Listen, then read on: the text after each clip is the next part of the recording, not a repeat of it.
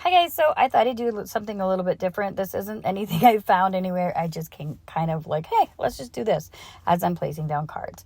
And this is kind of going to go with the new moon in Libra.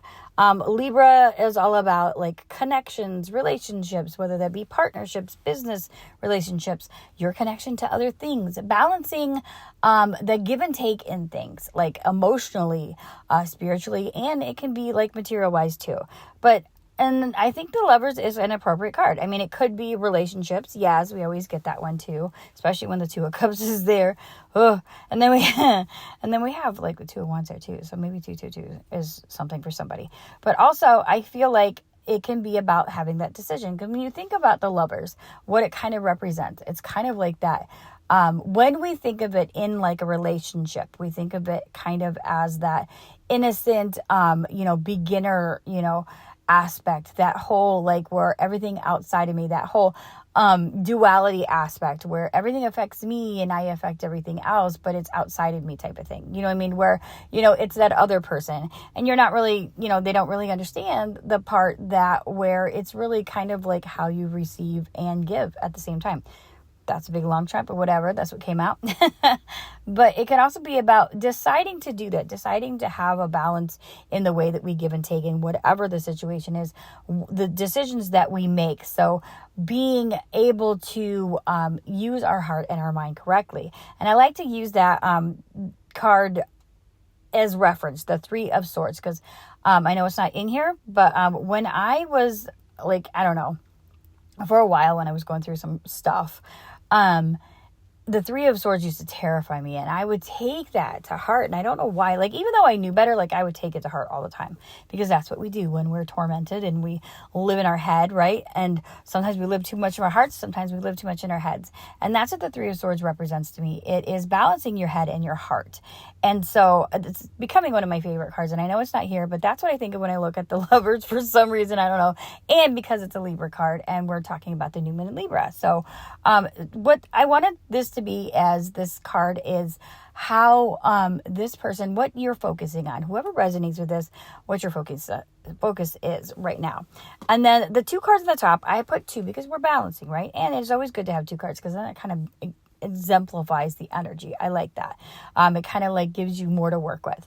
So we have the Knight of Pentacles and we have the Empress. So this is up here is going to be our mind. What we're trying to balance with our mind, right? What we're trying to balance with this new cycle of the new moon in Libra. What connection and balance are we trying to find within our mind? And this is both kind of like waiting cards because the Knight of Pentacles, he's very methodical. He's slow. He's not slow because he's lazy. He's slow because he takes his time. I mean, he's got, he's all okay with who he is and he just goes about his way and he's getting to where he's getting there, but he's not rushing. So he's not going to make many mistakes. And then the Empress, she just kind of chills there. She allows things to come to her. So I feel like being that this is our mind and this new cycle, maybe somebody, maybe you're having trouble with decisions too. Maybe this is somebody who needs to allow this new cycle to come in and allow things to kind of sit and come to you. Have a little patience, maybe put a little bit of the effort in too, because, the Knight of Pentacles, he is detail oriented, but he also puts in the work too. He's not afraid of work, but he's not impatient. And he just kind of, he kind of reminds you of like that guy that like takes his time and builds something and, the craftsman type of thing. And then the Empress, she's just chilling. The reason why she's chilling is because she knows she's got it and she doesn't want for anything, but she's also not snotty about it. She just knows that she doesn't have to want for anything. So she just enjoys herself being her and allows things to come to her.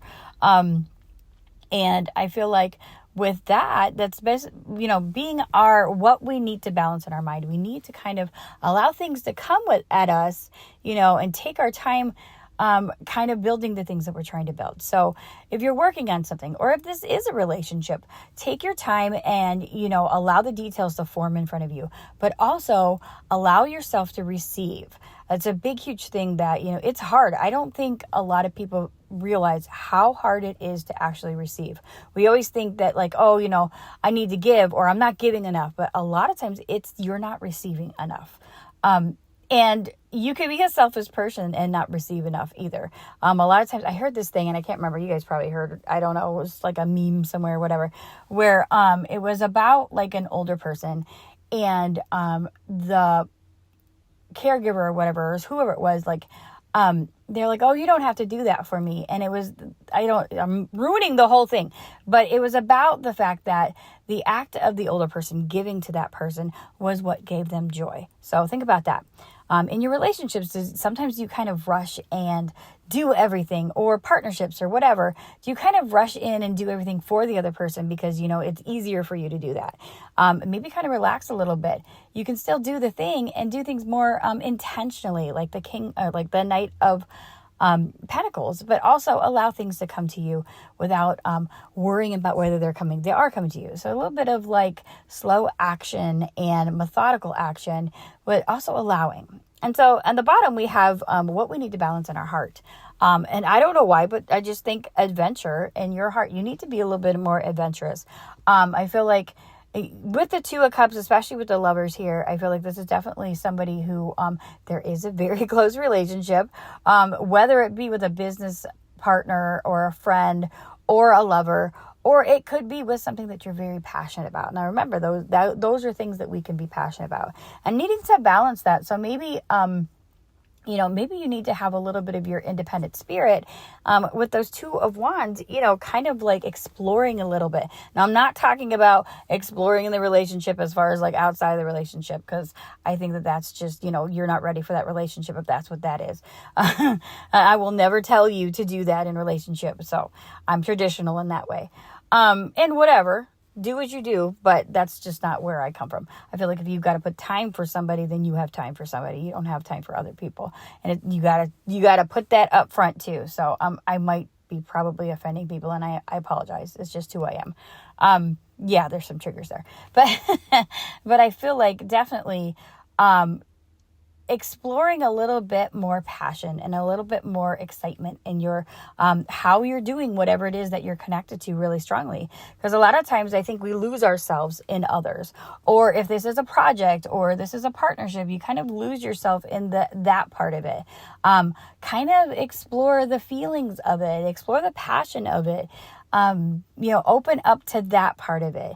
And in relationship, that can only make it that much better, right? And even in like a project or something that you're really connected to that kind of is a perfect fit, allow that to happen and explore that. Balance the, the connectivity, but also a little bit of your spontaneity as well.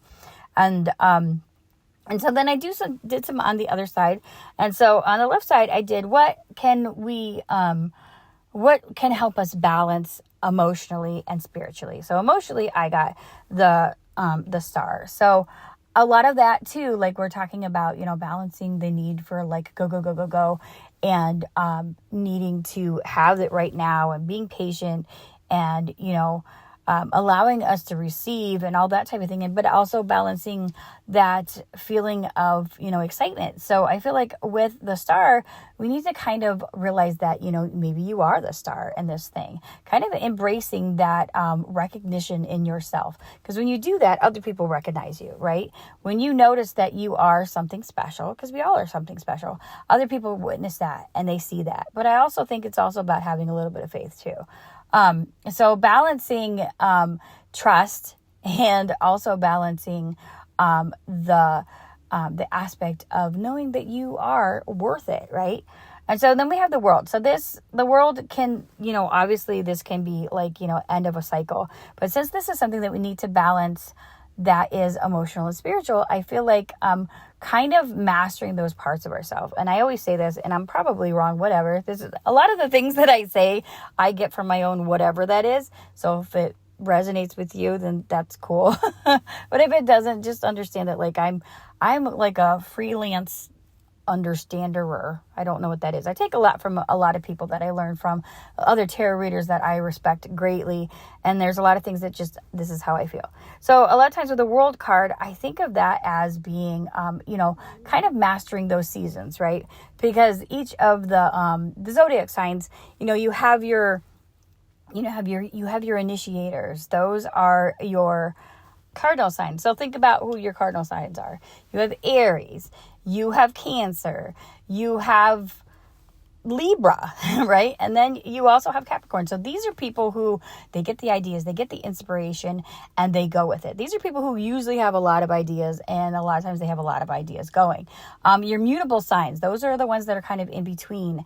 They're the ones that in between the seasons, they kind of go from the idea into the completion. And they're the ones that kind of like learn the lesson and transmute it. There's a whole thing, but, and I just think it's awesome. Anyway, so like, think about it. You have your Geminis, you have your Virgos, you have your Sagittarius, and you have your Pisces. These are very flowy people.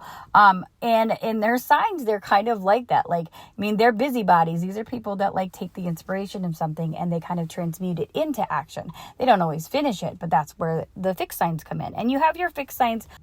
So you have Leo, you have Scorpio, you have Aquarius, and you have Taurus. Like, if you think of these signs, these are people who do it. You know what I mean? They do it. And they're very stubborn too. You know, these are that aspect of, you know, I always like to think of groundedness when I think of like fixed signs. They're kind of like the groundedness. The mutable signs, it's kind of like, they're like the water and the air kind of mixed together, even though, you know, they're not, but they have that flowiness. And then like your cardinal signs, they're very much passionate and go-getting. So they are very much the fire. You know, give or take, there's a little bit of leeway here and there. But what I'm saying is, in this card, they represent like the completion, the understanding, the level that you have gotten to till you get to the next level of each season. Because each season, you know, spring, summer, fall, and winter. So these are the different aspects of self. So I feel like this being what you need to balance with that, as, you know, in our emotional and our spiritual state, I feel like that's something that you need to get a balance of all of those parts of yourself. So really taking that and recognizing again with the star that, you know, you are somebody who is bringing something powerful into this world, and you need to embrace that. But you also need to have faith, and you need to kind of allow that to happen. And so when on the other side, this is kind of like, you know, I made the right kind of like our action plan and our, you know, our ideas and our 3D, right? So this is what we need to balance in our day-to-day and our mind and our action, right? So we have the Eight of Wands. The Eight of Wands is fast action. A lot of times with the Eight of Wands and the Lovers and the Two of Cups, something might be coming in pretty quickly. I don't know. But also, I think with the Empress, that also kind of represents that you are attracting something. And so this being something that we need to balance is, I think we're supposed to, this being something that we're supposed to balance in the 3D. I almost said HD. This is something that I feel like we need to kind of like allow that passion to come in, but kind of keep it grounded. And then with this Five of Swords, the Five of Swords to me is always about risk. It's about risk, but it's also about being aware that sometimes when you do stuff, it might not make other people happy. Your success might not make the other people happy, but at the same time, that's not your problem. Your problem is about, making sure you're doing the best you in the best way that you can. And you're not stopping on other people while you do it. If it upsets somebody else, that's their own trauma that they have to deal with. That's a little PSA. But anyway, so I think overall that's saying, we need to kind of balance that passion that's coming in and take a risk on these things that are coming in. And I feel like being that the Eight of Wands is Wands, it's something spiritually that's coming in. So maybe this is a spiritual gift. Maybe this is an understanding. Maybe this is like kind of like a download. You're getting an awareness, and take a risk on whatever that is. Balance that with, taking your time and allowing things to come, and also about being adventurous. But all in all, I feel like this is telling you that this new cycle, kind of balance out your emotions and see where maybe you're a little bit lopsided on one side or the other. If it's a relationship, it benefits you and the other person and anybody else involved to really do that. And also I feel like this is definitely, if this is a relationship, this is something that's really kind of meant to be. And it is something that, I don't say this a lot of times because I don't know why I have to be practical. Like, I'm so not practical 99.90% of my life. But I do kind of feel like sometimes we have to take a practical approach when it comes to this type of stuff, because otherwise we get lost, right? And there are times when we need to kind of go cray cray and get lost. But at the same time, we need to find that middle ground. So balancing our head and our heart, understanding, when fear is not intuition, and when our feelings are really our feelings, and when they're not fear. You know what I mean? I feel like, somebody needs to take a risk on something that they feel very close to, whether it be a relationship, a project, or some type of opportunity that's coming your way. Use the things that you've learned through each seasons and throughout the different cycles that you've gone through. Have hope. Balance that with your understanding and knowledge of things. But also, don't be afraid to explore and expand. And as always, balance your mind and your heart. And I hope this meant something for somebody today. And I will talk to you later.